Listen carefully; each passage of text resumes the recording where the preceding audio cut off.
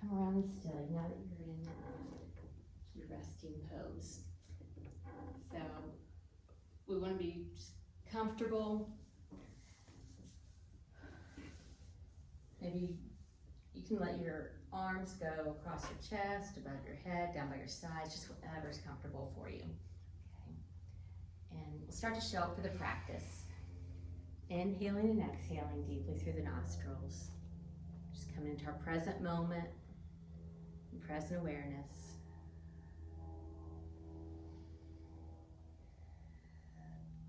The mind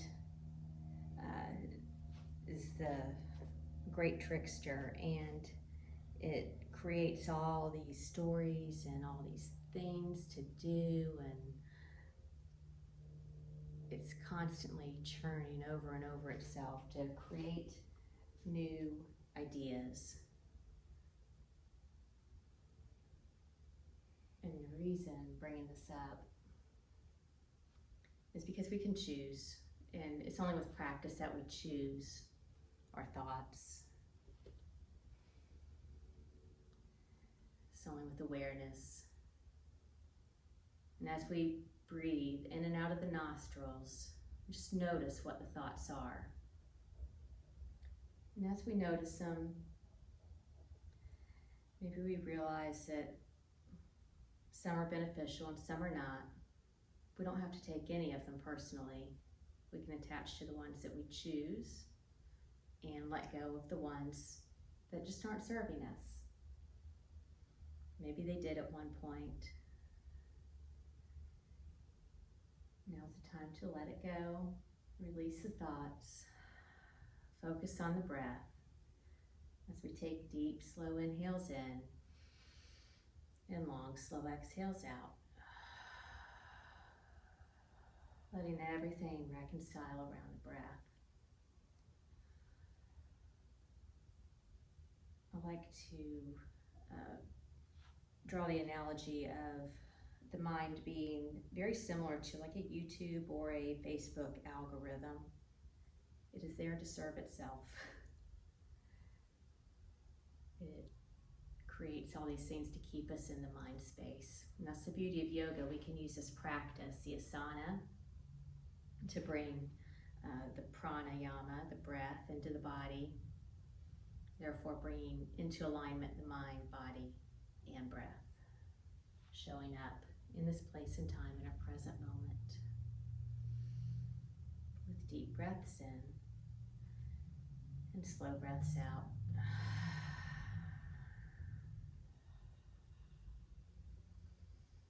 And more thoughts will come and more thoughts will go. We just notice and breathe. So as we start this aerial practice today, we start the movement, the asana part of the practice. I want you to maintain this breath through the entire practice. If you notice that you're not able to breathe fully and freely in every posture, it's okay to back out of what we're doing just a little bit until we find our full breath again. Yoga is a great place to practice how we're being. Aerial is a great place to practice brand new ways of being that haven't even occurred to us. So I'm excited to share this practice with you today.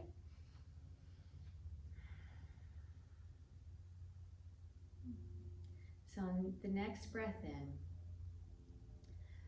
I want you to think about intention, your reason for coming and being here today and what you're hoping to gain out of the practice. Exhaling out everything that is no longer needed to bring with us through this class. And on the next deep breath in, bring that intention in with the breath. And then exhale out everything not serving that single intention. Let it all go.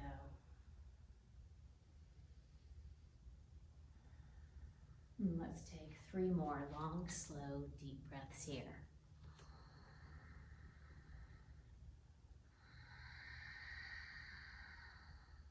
If you want to come into your Ujjayi breathing, you're welcome to do that. You make a constriction in the back of the throat, building heat and resistance.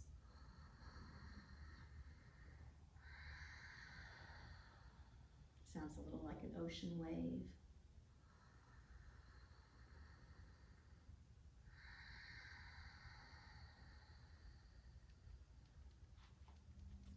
All right, on the next breath in, let's float the eyes open. And we'll release the feet and legs out of the end of the hammock and slowly rise to seated. All right. Welcome back. Okay, for our first warm-up sequence, I want the fabric to be mid-thigh level somewhere, so it can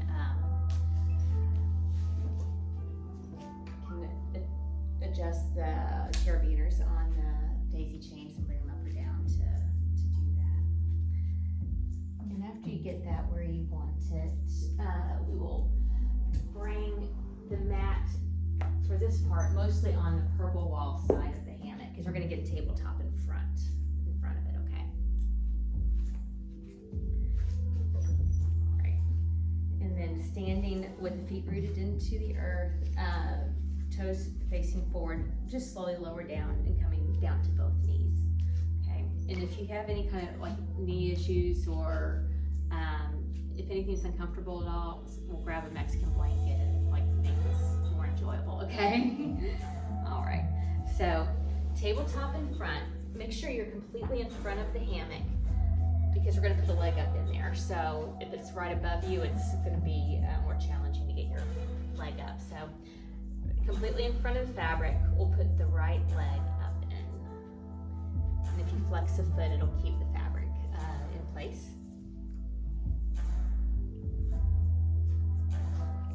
Awesome. Okay, look down at your fingers, spread the fingers wide, root down into the 5 finger pads.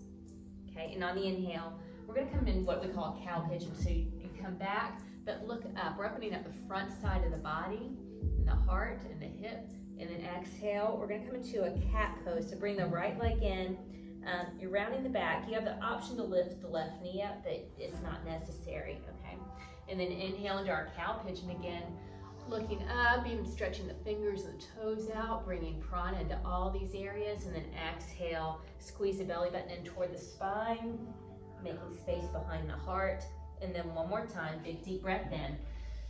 As we expand the lungs and the heart, and then exhale, squeeze it all back in. All right, left knee comes down, and we're gonna just gently sway the right leg side to side. Okay, so as it comes to each side, we're gonna look back at the foot, and it makes this nice C shape with our spine, like a crescent moon, and it just helps to lubricate the vertebrae from laterally from one side to the other. Okay, and bring it back to center. We're gonna push down in the hammock, bring the left leg in and the right knee out. Okay, flexing the left foot. We're gonna inhale into our cow pigeon on this side, opening that left hip, opening the heart, stretching out the shoulders, and then exhale, chin to chest, belly button in towards the spine, rounding the back. Inhale, deep breath in. Slow breath out. And then once more. And exhale, release. All right, right knee comes down. Swaying the left leg side to side. Looking back at the foot as we come to each side. All right. Nice. A healthy spine is a happy spine. So, I like to warm up the spine. Okay, go ahead and release the leg out of there. Actually, before we get up, we're gonna do one more thing here. We're gonna come into Plankasana. So, place the right foot back in, or the right leg. Engage the core, and you can bring the left leg up in there. And just breathe here for just a couple seconds. Just building heat to get us nice and warm for class. Quickly. Okay, at any time, you can, if this is too much, bring your right knee out and then your left. I'm going to stay here for just a moment, though, and if you want to come forward with me, on the exhale, bring the knees into the chest. Inhale them out. Exhale, bring the knees in. Expand out. And then one more time. Bring in the knees in. And then inhale, bring them out. All right, bring one foot down and then the other. Okay. And we'll stretch back into like a child's pose, just stretching out the back, stretching out the shoulders, and then stretching out the fingertips. Nice. Okay. Let us come to standing. So we'll reach up on the fabric and one foot in front of the other. And come on up. Woo! Okay. There's no heat on. I'm your heat. Okay. This is, I think, the only non-heated class at Kula. It's hot. I even turned the air on. Okay. Okay. It's chilly January morning. So we're going to come into downward facing dog. So I want you to come behind the fabric and place it right at where your legs meet your body, at your hip flexors. So like if you're in a marching band, it's like right there. And then keep it there, walk forward until you can't anymore. Root your feet into the earth. Reach out, lean forward, bringing your hands to the ground.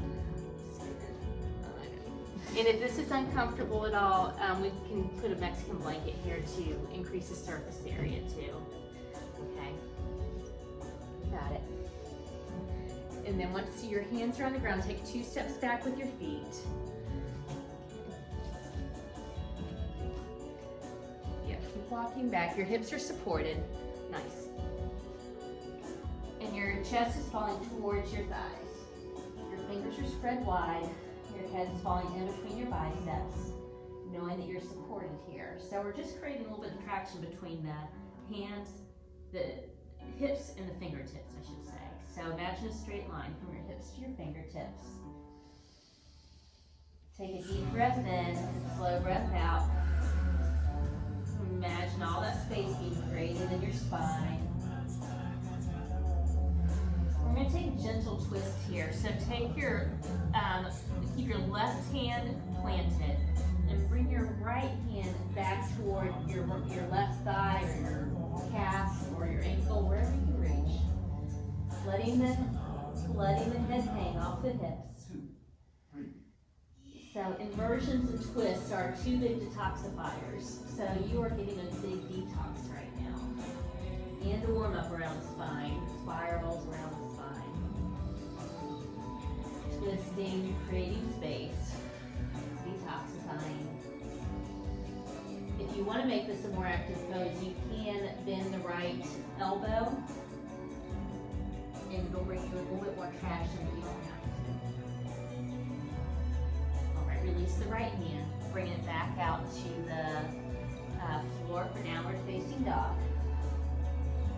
All right, then keep the right hand planted, bring the left hand back toward the right calf or thigh, twisting here. Deep breaths in and slow breaths out.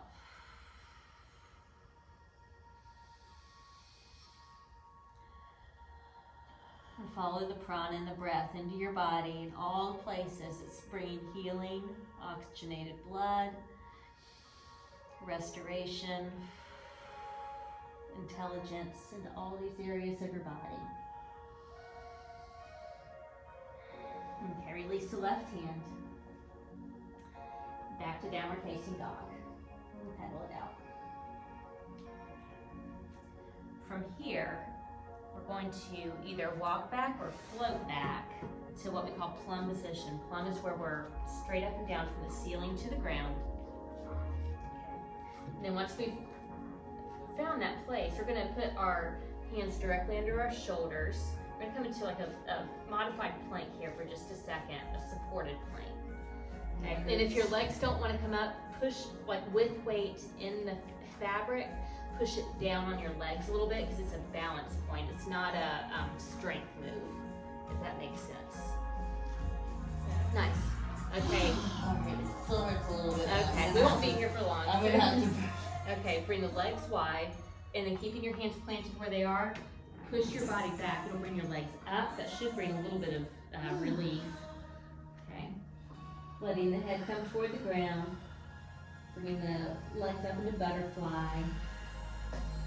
Out to the side. As long as the legs are wider than the fabric, you are perfectly safe and fine. So these poses are great because you get to learn how to be upside down. We get to all the benefits of being in inversions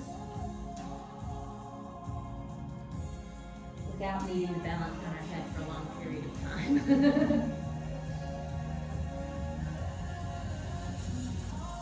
So when we have our heart above our head, our parasympathetic nervous system's activated, we have all this great stuff happening. Rinsing the cortisol out of our system. All right, when you're ready to come back up, bring the shoulders back above the wrists. And we'll come out of this. So you can either walk forward and stand up, or I'll show you how to flip out of here too if you'd rather flip. To flip, you hang, as long as your head will clear down here. And so I'm just hanging on the hips. Rotate the shoulders back so the palms are out and thumbs are up. And the forehead comes to the knees, and you bicep curl, keeping your forehead at your knees. Okay, let's step behind the fabric. And see, with the feet facing forward and hands around the about shoulder height, we're going to place the right leg above it, okay? And it should catch you right behind the knee. So the left toes are facing forward. We're going to push forward on the fabric as we come up onto our left toes, and it'll start to pull us out and into a crescent lunge, which we call reindeer and aerial because we are flying up here. So with this crescent lunge, the only thing on the ground is our toes. So we're going to bring our right hip back and left hip forward, and I'll bring like some more stability in the posture. And if you feel good there and balanced, you can let go as an option, okay? We have to engage around the core, lifting up and away, but also accepting the support from the hammock as we stretch out. There's a lot happening. When we do these poses without the support of Mother Earth, we realize like we are getting support from that maybe we hadn't realized in our floor practice. It's a great, it's very beneficial to do both, floor and aerial. It shows you a lot of stuff. Yeah, absolutely. All right, pull down on the fabric. We're gonna come up to standing. And from here, I want you to point your toes in 45-degree angle. We're going to come into Warrior Two. Okay, so we're going to face to the side of the mat, so facing toward the windows. As we come down side towards our side for Warrior Two. So you can hang on to the fabric. I want your pinky blade of your left foot to be glued to the mat. Yeah, you can adjust it. Yeah, sometimes if it's too high, it'll slide up your leg. And so we can, once we're in Warrior Two, we can either hold onto the fabric for support, or you can bring your arms up parallel to the ground, gazing over the third finger of the right hand. Breathing here.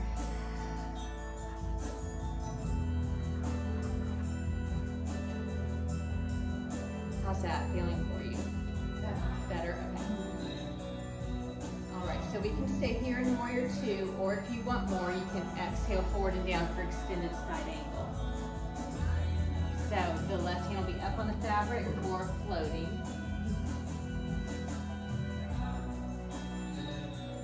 And then the other option from here is to take the peace fingers to the big toe for a leg extension. All just options. There's just always somewhere to go in aerial. There's always like the next thing, next or whatever we want to be practicing. We can practice many different things. It's never ending. It's never ending. All right, we'll come back up to Warrior Two. Pull down in the fabric. Lift up pivot the toes forward and squeeze the legs together. Nice. Okay. You know we gotta do the other side. Right? So there's two ways to transition. One is bringing the leg out, and the other one in. The other is to keep the right ankle in. Grab on about shoulder height. You're gonna swing. You lean back. The booty has to come below where the fabric is, or you'll fly out the front. Put the left foot in, right foot out. I don't have the upper Back up. Just options.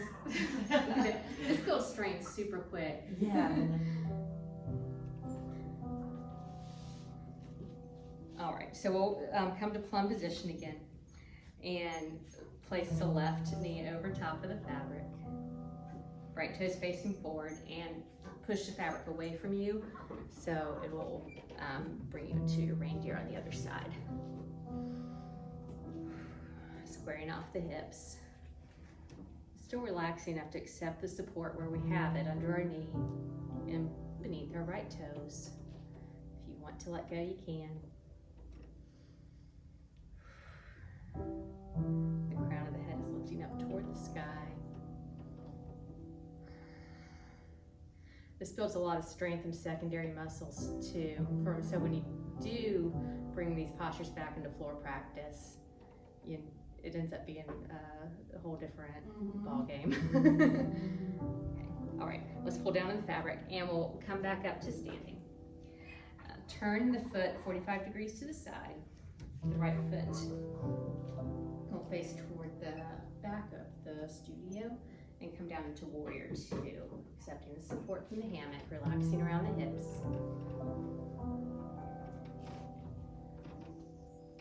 All right, either hanging on or you can let the arms float. Right pinky blade is glued to the ground. Great job. And then on the exhale, as an option, you come forward and down for extended side angle. And then there's the option for the leg extension as well, if you choose that. And we breathe wherever we're at. Just breathe. Yeah. Well, yeah.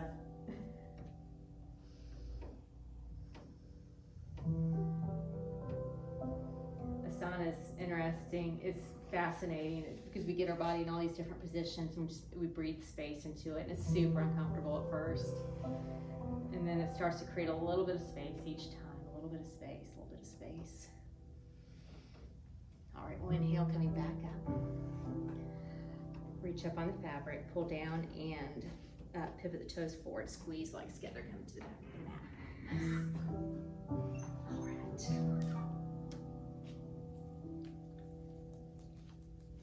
Okay. We're going to do what's called mosquito vinyasa. Yeah, get some water now if you need it. I'll demonstrate this real briefly and then I'll help. But what we're going to do, and I'll explain this all again in the top spot yet, but you'll be in from your shoulders to your legs, and the rest of the fabric will be wrapped over you like a blanket. So supported from our shoulders down. You can come into waterfall, and if this is enough, that's okay. And then if you pull down the fabric and come over, you come into plow, okay? And if you extend up the waist, we'll come into Dracula, back into plow. And then if you want to try shoulder stand from here, engage at the core and lift the legs up to the sky. And this builds a lot of secondary muscles in there. If you are afraid of falling, that's as far as you'll fall, and that's as far as you'll fall. Okay, so It's all an illusion, right? it's all an illusion. Yes. You're supported at your shoulders, and as long as you have fabric around your shoulders, we're good. So lay back. Your head will be hanging out, and walk backwards in the fabric until you have a lot of fabric down by your feet, because we don't want there to be a lot by the neck, because if you roll back, it's same like the uncomfortability with the fabric on the hip flexors and under the knee, it's the same on the neck. So So, yeah, you want as little fabric as possible there. Yeah, walk backwards a little bit more, perfect. Yeah, now you're not gonna have like that roll behind your neck. Okay, and then once you're laying down, the palms come up like this and the thumbs hook into the fabric. Okay, and then we internally rotate to keep it nice and secure on our shoulders. Yeah, sometimes those handles get in the way when we're not using them. The thumbs hook into the fabric like this. Yeah, and then grab on. Okay. Internally rotate. I'm going to bring this up a little bit more just to Yeah. make sure you have like good support on your shoulders. Perfect. Good. All right. Done. Perfect. Okay, and then legs come up to the sky for waterfall. Yep. And if you want to come into plow, you bring the legs back toward the blue wall. Okay, and breathe. Just breathe. You got this. And nice. Deep breaths in, slow breaths out. You're doing great. Most people at first class don't make it that far. I'm serious.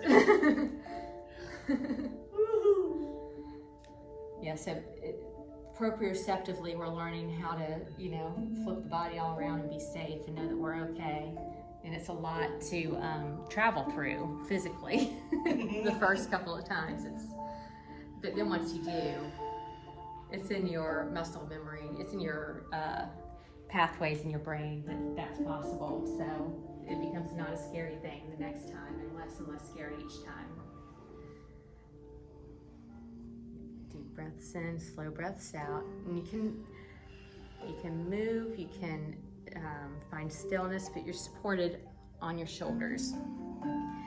So as you do progress in this, we learn different options where we have one leg in or both legs out, or there's all kinds of fun stuff we can do here once we get used to having that support on our shoulders.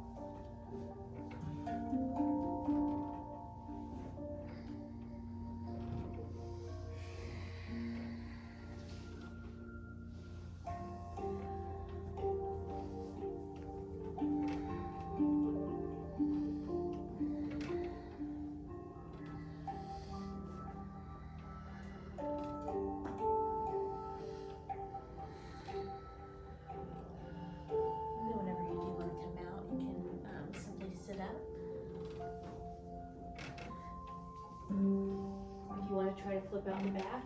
What you do is you bring your feet on top of the fabric, and you do the same thing again where you bring the feet up for waterfall and then over for plow, and then once you're here the toes are just a couple inches off the earth. You just plant them down, push the fabric out, and rise up.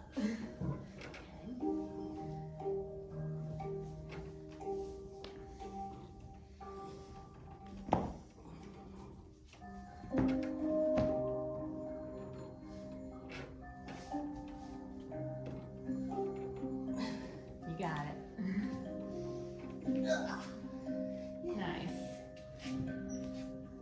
Such a light landing. Okay, we are going to bring the hammocks up a little bit so we can hang upside down. Okay, so I want it to be about at your waist when you get it all the way up. I want it to be about at your waist.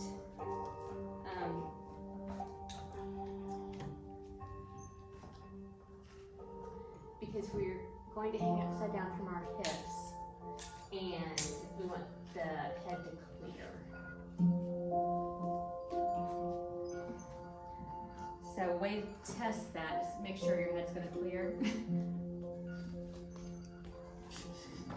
Is what I like to do first, if you haven't done this before, is you come up onto your tippy toes and put it at your hip flexors, kind of like we did that down dog earlier.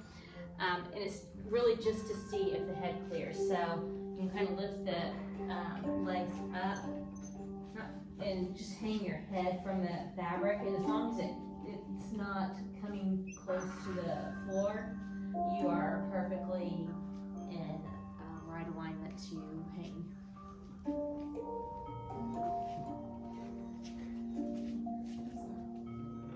Yeah, you are good. Okay. And then to hang upside down, we're going to come into what we call Uddiyana Adho Mukha Baddha Konasana.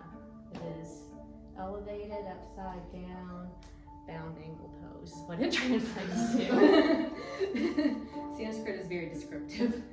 And so I like to fold the fabric in half. And I want you to start out facing the blue wall, and I'll demonstrate it real quick before you do. Is this fabric behind my waist, that's what's going to support me in a minute. So having this loose fabric back here is vital. And then we squeeze the fabric together, legs come out wide, and then in front. So I'll come spot that for anybody who wants it. I'm just showing you where we're going. Okay. All right.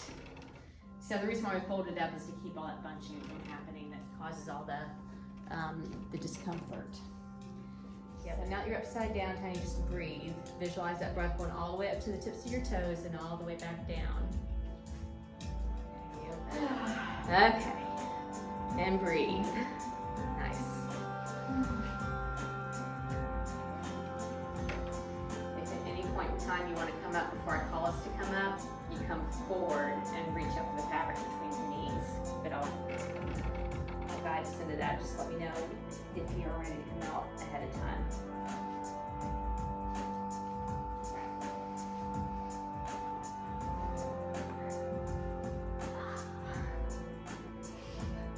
I love Baddha Konasana. So we get to be fully inverted with no effort. Just breathing here. It also gets us used to being upside down for our other, when we get to that place with inversions in class too. So it's not like, oh, I've never been here before. You know, it tells us where our alignment is because we're hanging from our hips. And so the spine is, the skull is hanging off the spine, and all your thoughts seem to settle when you're upside down. The heart, if you look at it like a totem pole, the heart is above the head, so the heart is in charge. And I know that sounds like very woo-woo-y, but it's scientifically what happens is the parasympathetic nervous system is activated, so we get out of that fight or flight mentality, and the rest and digest nervous system takes over. And so it's a very healthy thing to do to get inverted at any time. It helps drain cortisol, it helps to regulate hormones, it helps our circulatory system. And how do you get out of it? You reach up like this. Yep. Bring the legs wide, then slowly sit up. Stay seated for a moment, okay? Yeah, you got it. Perfect.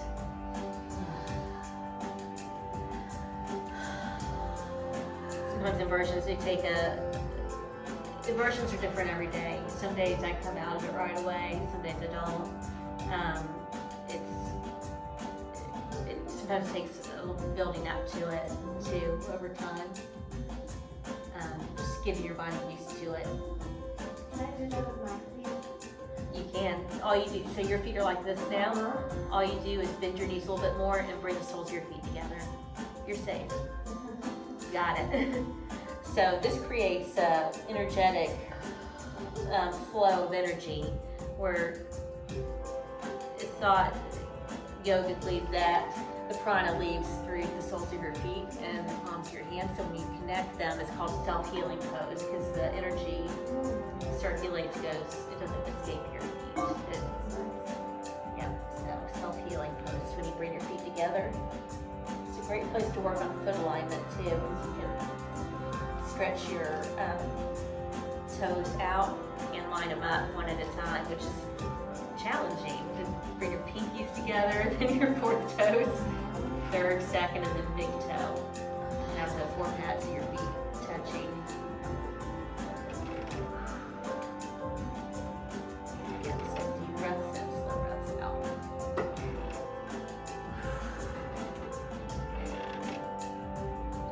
Make sure we find our fight.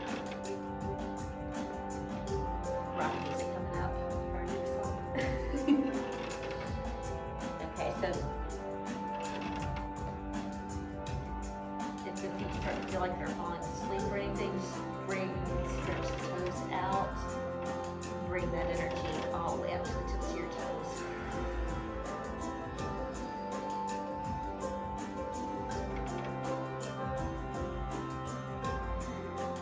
This is the pose where I found my healing at, where I started like where my neck and everything started decompressing.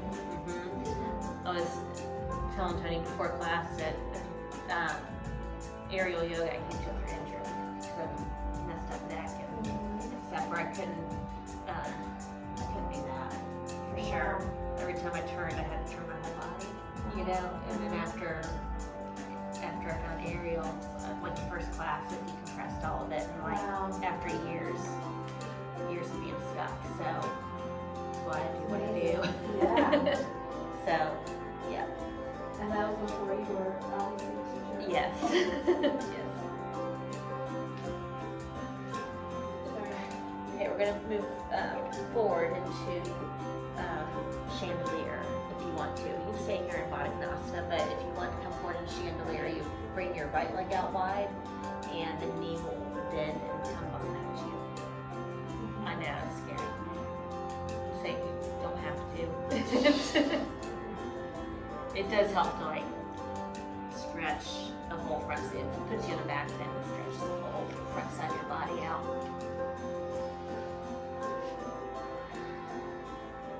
Now, I think there's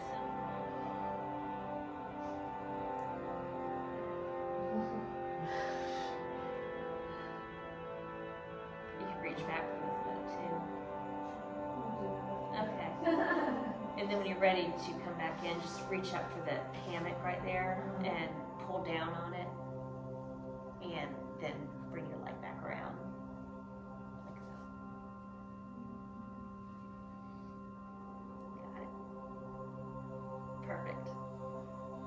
That was the other side now. Okay.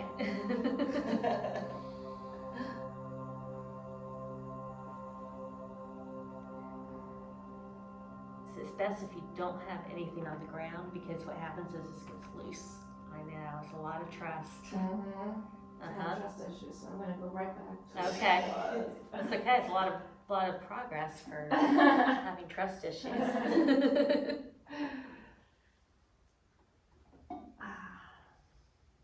All right. And then when you are ready to come up, just bring the fabric up, or your hands up to the fabric in between your knees.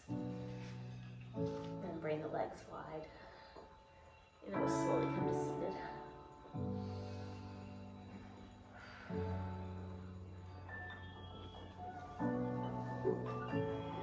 Yeah, so stay seated for a moment. It takes a moment for the body to get used to having the head above the heart again. Yeah. The circulation has to reorganize and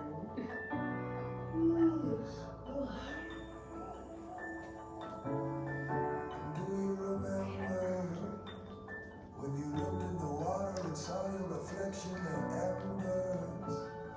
They drew out a map and they showed you direction, your sender. It's far in the before the east, world changed, I would have when you taken on. enter. We used to have 6 of these a week. Wow. Yeah. The way life plays in, it's like, I don't know. I think I'm very similar to most people. We took on more projects at a time, and now it's like I can just wait and not do all that until I'm finished doing the thing I'm doing. And then, so just practicing. I call it practicing focus, because we're always practicing something, whether we realize it or not. I didn't mean to take mine down yet, but anyways, I'll do it. You can keep yours where it's at. I brought it down for Shavasana next, okay? But before we get to Shavasana, well, I want to stretch out this area right here. This is side joint area because when we're upside down, that's the one area that, you know, it has curves to the spine that so we hang there. So I want to like bring that back into cat-cow. Okay. Well, yeah, there's give it some love for sure. So there's a couple different. I'll show you a couple different ways and just choose what works best for you. Okay. So holding onto the fabric, we can do like a different type of cat-cow here. Where you bring the fabric out and come into like this upside down L position, like pike position. And then on the exhale, you start to curl your tailbone under, bring the belly button in toward the spine, rounding the back, and coming up to standing. Okay, so you can do that a couple times. Or if you want more, you probably don't have to walk forward. I do just because I've lowered it. You can come into downward facing dog, and I know you're hanging there. But if the hips are the highest thing on the pose, this will open. So bring like an internal rotation to the legs, and you can even bring the hands underneath your feet in a gorilla type pose. Even put up onto the tippy toes, or wherever. It's really just playing around with wherever you can get that SI region to the highest point on your posture. That feels good, and you'll start to feel opening there, and you breathe into it.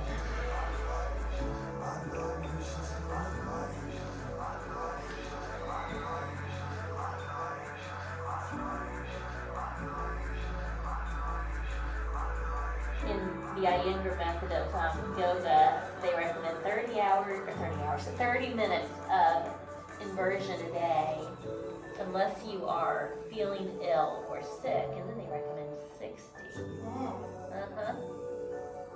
It's not all Konasana, but we've been upside down for quite a bit of time during this class. It doesn't all have to be at once. And downward dog counts. Anything where your heart's parallel or above your head counts. So that's for the parasympathetic. Mm-hmm. Yep. All right, then you're ready to come out. Bend the knees slightly, and then start to roll up one vertebrae at a time. Rolling the shoulders back. Inhaling the arms up to the sky. Exhaling hands to heart center. All right. Now it's time for Shavasana. Y'all earned it. Okay. So yeah, get some water before you get in there. If you are feeling dizzy or queasy at all, you can of course like lay down on your mat. Lay down. And then or if you want to get back up in your hammock, you can do that too. Okay. All different options.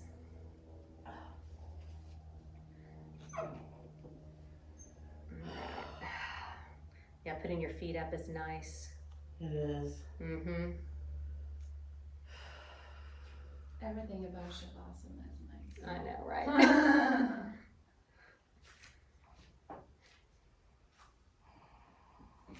I know,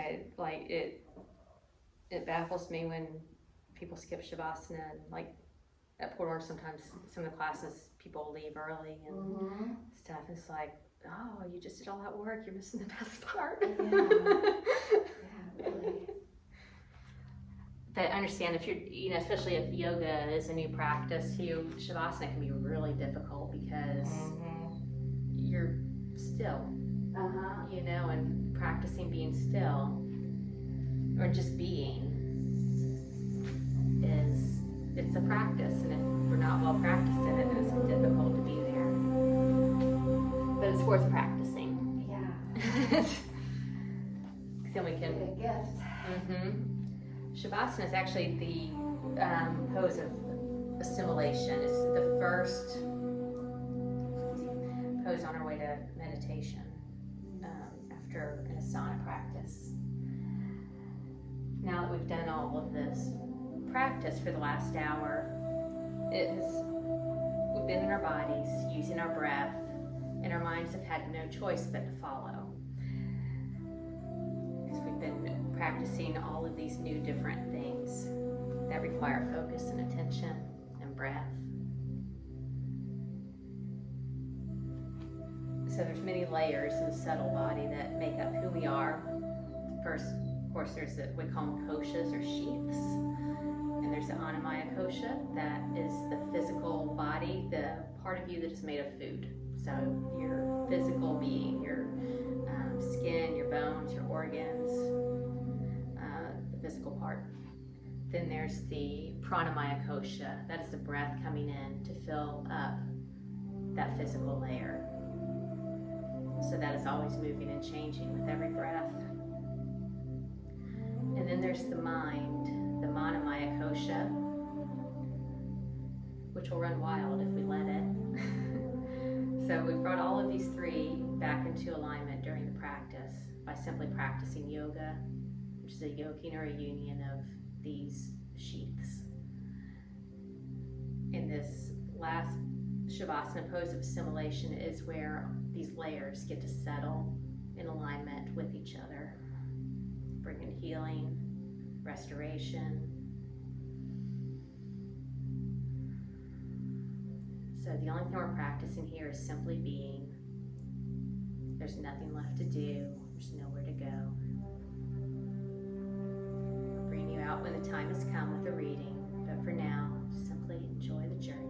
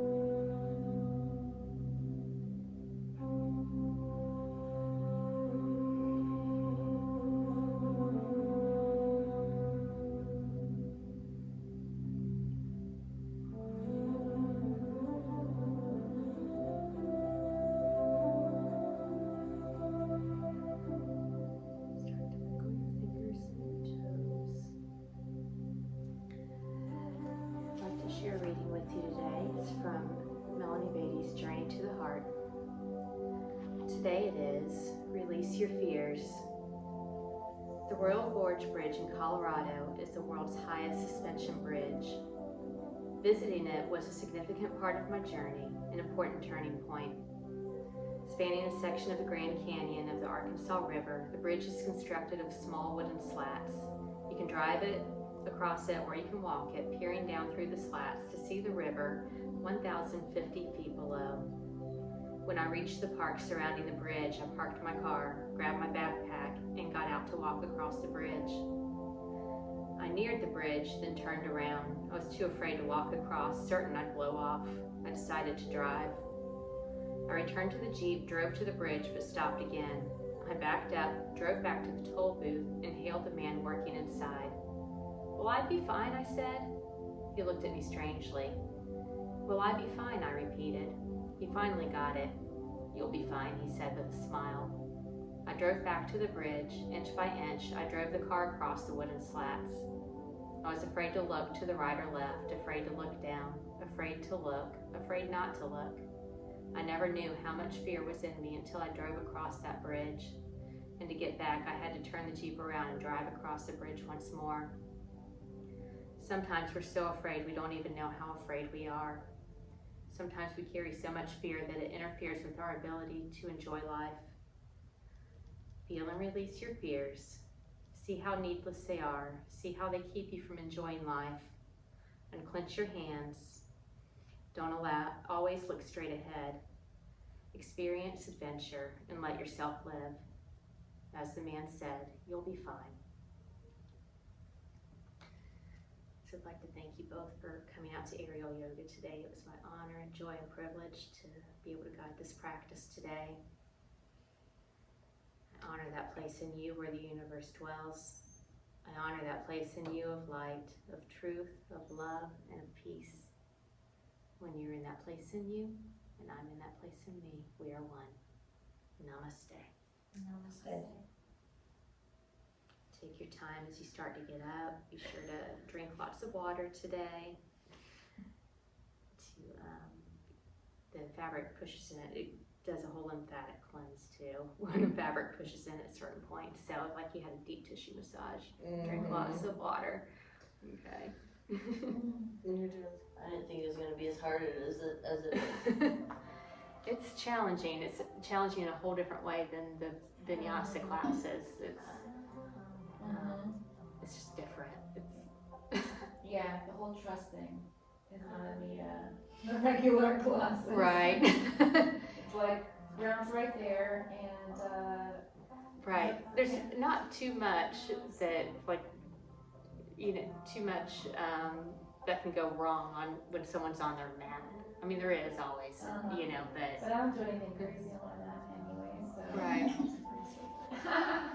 Well, see, due to that neck injury and stuff I had, I never did any inversions or headstands or anything because there was a lot of fear there, and because I already had injury there. But when I found this, and I could get the benefit from being upside down without, and as you do that more, like the fear subsides. Yeah. You practice being there and breathing, and then the fear has nowhere to go except out, because it can't be afraid of something you've already done.